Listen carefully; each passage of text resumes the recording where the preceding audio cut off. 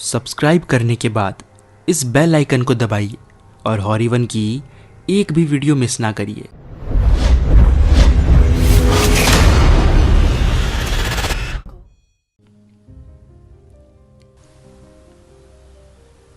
रोहित ने बचपन से ही भानगढ़ के बारे में बहुत कुछ सुना था।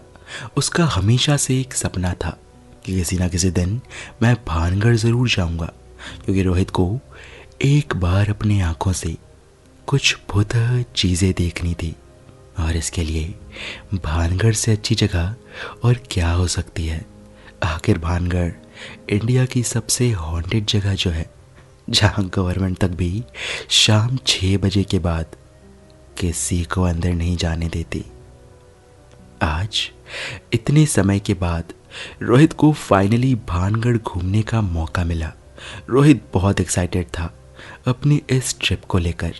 तकरीबन शाम के 5 बजे रोहित भानगढ़ पहुंचा और पूरे महल में घूमकर हर जगह की तस्वीरें लेने लगा, ये सोचता हुआ कि क्या पता उसके कैमरा में ही कुछ अटपटा सा कैद हो जाए। तस्वीरें लेते हुए रोहित इतना खो गया कि उसे टाइम का पता ही नहीं चला। जब घड़ी पर नज़र पड़ी तो लगभग 7:30 बज रहे थे। धीरे धीरे सूरज ढल रहा था और रोहित के आसपास अब कोई भी नहीं था। रोहित ने सोचा कि चलो अच्छा ही हुआ, वैसे भी यहाँ 6 बजे के बाद आना मना है।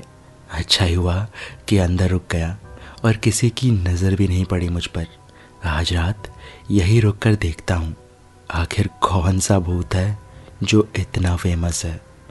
रोहित मुस्कुराता हुआ इधर उधर घूमने लगा और देखते ही देखते पूरा भानगढ़ रात के अंधेरे में डूब गया।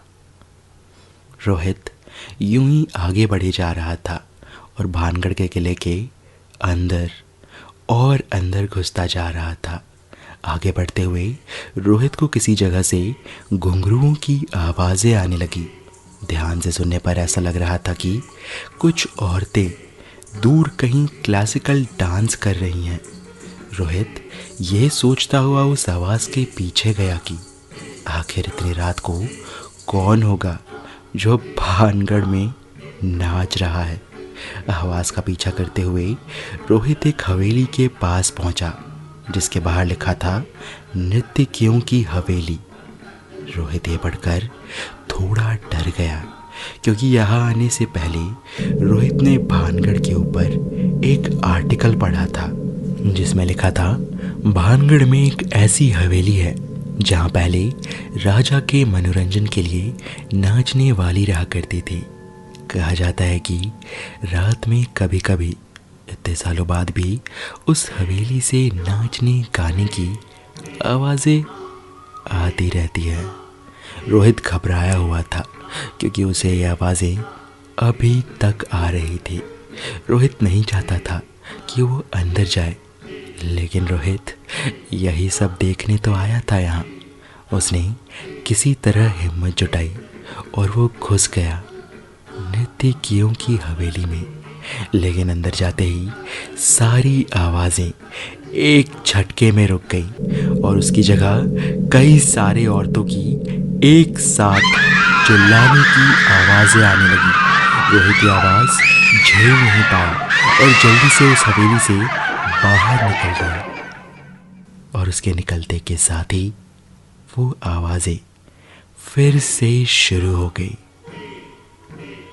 रोहित अब समझ चुका था कि यहाँ की जितनी भी कहानियाँ सुनी थी उसने, वो सारी की सारी असली हैं। रोहित अब जल्दी से भानगढ़ से निकलना चाहता था, क्योंकि वो जो कुछ भी देखने आया था यहाँ, वो सब देख चुका था। लेकिन यहाँ लोग आते तो अपनी मर्ज़ी से हैं, लेकिन शायद जाते किसी और की मर्ज़ी से हैं। बाहर का रास्ता तलाशता हुआ रोहित इधर उधर भटक रहा था, लेकिन उसे बाहर का रास्ता कहीं नहीं मिला। रोहित चलता हुआ बहुत थक चुका था, इसलिए वो एक पल को सांस लेने के लिए थोड़ा रुका और अपने बैग से पानी की बोतल निकालकर पानी पी ही रहा था कि तभी उसे महसूस हुआ कि कोई उसके पीछे खड़ा है और गहरी गहरी सांसें ले रहा है, जो कि ठीक रोहित के कंधों पर टकरा रही है। रोहित हिम्मत नहीं कर पा रहा था कि वो पीछे मुड़कर देखे, पर उससे रहा नहीं गया। जल्दी से पीछे मुड़कर देखा तो पीछे कोई भी नहीं था। इस किस्से के बाद रोहित जैसे पागल ही हो गया और जल्दी से वहां से भागना शुरू कर दिया।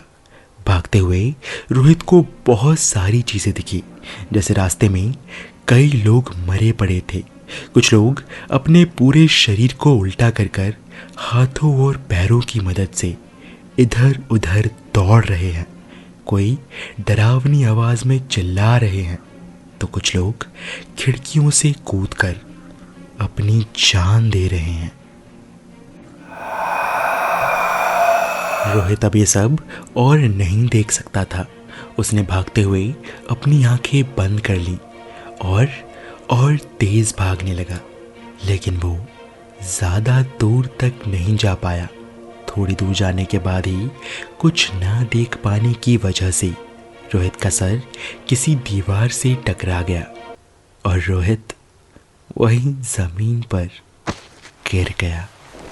गिरने के बाद रोहित ने अपनी आंखें खोली तो उसे सब धुंधला सा दिख रहा था, और उसी धुंधली नज़र में रोहित ने पाया कि वो सारे लोग जो अभी अजीब अजीब सी हरकतें करते हुए इधर उधर घूम रहे थे, वो सारे के सारे रोहित के चेहरे के करीब आकर डरावनी सी शक्लें बनाए उसे घूर रहे हैं, जिनमें से एक इंसान जिसका चेहरा सबसे ज़्यादा भयानक था धीरे से रोहित के करीब आया और कहा,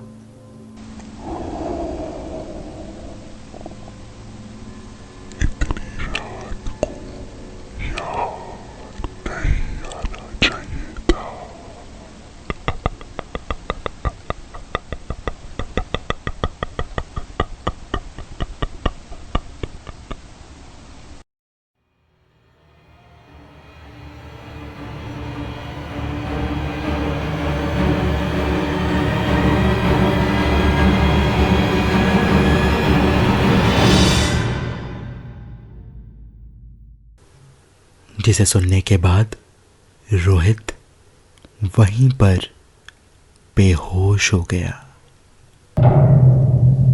आज रोहित को लापता हुए 2 साल हो चुके हैं।